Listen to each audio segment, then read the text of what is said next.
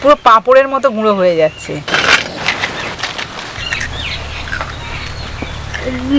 নমস্কার বন্ধুরা, আমি সাবিত্রী। আজকে আমার রান্নাঘরে চলে এলাম এক বাটি সুজি আর দুটো আলু নিয়ে। আর এই দুটো উপকরণ দিয়ে কিন্তু দারুণ একটা মজাদার স্ন্যাক্স রেসিপি শেয়ার করব, যেটা দেখতে যেমন সুন্দর, খেতেও কিন্তু দারুণ সুস্বাদু হয়। আর বানানোও কিন্তু খুব সহজ আর খুব কম সময়ও লাগে।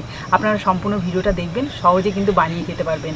তাহলে চলুন কথা না বাড়িয়ে আজকে রেসিপিটা শুরু করি। এই যে কাঁচা দুটো আলু যে নিয়েছি, এই দুটোকে গ্রেট করে নেবো প্রথমে। আর ছোটো দিকটা দিয়ে গ্রেট করছি যাতে আলু খুব তাড়াতাড়ি সিদ্ধ হয়ে যায়। এবার এই গ্রেট করা আলুটাকে আমি 2 থেকে 3 বার ভালো করে ধুয়ে নেব। আলু গ্রেট করলে কত সুন্দর দেখতে হয় দেখুন। ভালো করে ধুয়ে জল ছাড়িয়ে নিয়েছি। এবার আমি গ্যাসটা ধরিয়ে একটা কড়াই বসিয়ে দেবো। কড়াইয়ের মধ্যে দিয়ে দিচ্ছি 1 বাটি জল, দিচ্ছি 1 চামচ তেল। এবার দিয়ে দিচ্ছি গ্রেট করা আলু, 1 চিমটি মতো হলুদ গুঁড়ো। এবার কিন্তু এই আলুগুলোকে হালকা সিদ্ধ করে নেব। আলুগুলো যেহেতু আমি একদম সরু সরু করে গ্রেট করেছিলাম, সেই জন্য কিন্তু প্রায় 1.5 থেকে 2 মিনিটের মধ্যে সিদ্ধ হয়ে গেছে। এবার এর মধ্যে দিয়ে দিচ্ছি আন্দাজ মতো নুন। এবার যে 1 বাটি সুজি নিয়েছিলাম সেটা কিন্তু আমি এর মধ্যে দিয়ে দেবো।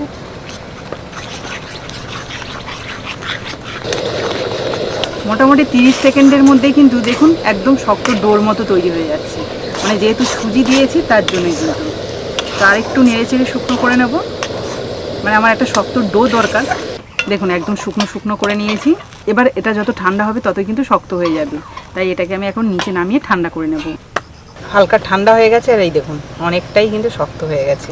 এবার কিন্তু এর মধ্যে কিছু উপকরণ মিশিয়ে নেব। তার মধ্যে প্রথমে নিয়ে নিচ্ছি শুকনো লঙ্কা কুচি, 1/2 চামচ সাদা জিরে, অল্প একটু গোলমরিচের গুঁড়ো, সামান্য একটু ভাজা মশলা, অল্প একটু গ্রেট করা আদা, আর দিয়ে দিচ্ছি বেশ অনেকটা পরিমাণে কারি পাতা কুচি। আপনারা চাইলে ধনে পাতা কুচিও দিতে পারেন। এবার কিন্তু সমস্ত কিছু একসাথে ভালো করে মিশিয়ে নেব। তার জন্য কিন্তু হাতে একটু তেলও লাগিয়ে নিয়েছি যাতে হাতে জড়িয়ে না যায়। এই দেখুন কি সুন্দর একটা শক্ত ডো তৈরি হয়ে গেল। এবার কিন্তু আমি এখান থেকে অল্প একটু নিয়ে নেব।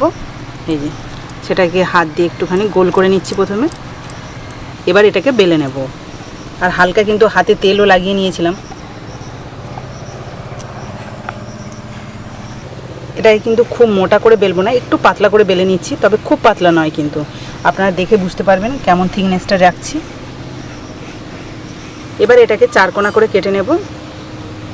এবার এটাকে মাঝখান থেকে আবার কাটবো, আবার এদিক থেকেও কেটে নেব, আবার এটাকে এইভাবে কেটে নিচ্ছি। তাহলে কিন্তু প্রত্যেকটা ট্রায়াঙ্গেল শেপ হয়ে যাচ্ছে।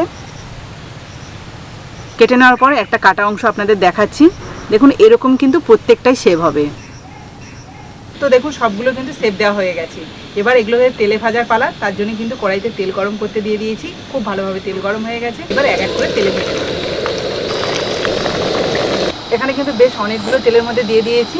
আর এগুলো কিন্তু হাই ফ্লেমেই ভাজতে হবে। ভাজতে ভাজতে দেখতেই পাবেন যে প্রত্যেকটাই কিন্তু খুব সুন্দরভাবে তেলের মধ্যে ফুলে উঠবে। উল্টে পাল্টে বেশ সুন্দর করে কিন্তু ভেজে নিলাম। এবার এগুলোকে তুলে নেব।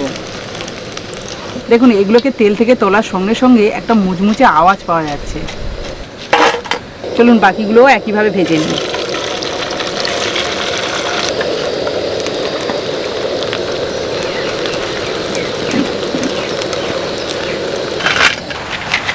বন্ধুরা দেখুন একদম অল্প সময়ের মধ্যে এক থালা স্ন্যাক্স বানিয়ে নিলাম, মাত্র 2টো আলু আর 1 বাটি সুজি দিয়ে। কি দারুণ দেখতে হয়েছে। কি কুট্টুস আর কুট্টুস তো এগুলো ভীষণ পছন্দ করে, তাই এগুলো ভাজা হয়েছে শুনেই দৌড়ে চলে এসছে। প্রত্যেকটাই কিন্তু একদম মুচমুচে। এবার ভেঙে দেখাচ্ছি। এই দেখুন একদম ভেতরটা ফাঁপা। আরও একটা ভেঙে দেখাচ্ছি। এই দেখুন পুরো পাঁপড়ের মতো গুঁড়ো হয়ে যাচ্ছে। তুমি কি খেতে চাও এটা? মুখে হাসিটা দেখতে পাচ্ছেন?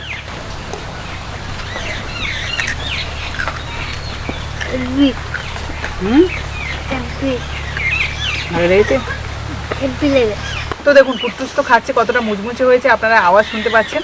আর ওর কতটা ভালো লেগেছে সেটাও বলে দিল। তো বন্ধুরা এই মজার স্ন্যাক্সটা আপনারা সন্ধ্যের সময় চায়ের সাথে জমিয়ে খেতে পারেন। একবার হলেও বাড়িতে ট্রাই করবেন। আর আজকের রেসিপিটা যদি আপনাদের ভালো লাগে তাহলে প্লিজ একটা লাইক করে বন্ধুদের সাথে শেয়ার করবেন। আর যারা আমার নতুন বন্ধু আছেন তারা যদি ইউটিউব থেকে দেখে থাকেন তাহলে প্লিজ চ্যানেলটাকে সাবস্ক্রাইব করে রাখবেন। আর যারা ফেসবুক থেকে দেখছেন তারা ফেসবুক পেজটাকে ফলো করে দেবেন। তাহলে এরকম নতুন নতুন ভিডিও প্রতিদিনই দেখতে পাবেন। আজ তবে আসি, পরের দিন আসবো আবার একটা নতুন ভিডিও নিয়ে। ততক্ষণে ভালো থাকবেন, সুস্থ থাকবেন।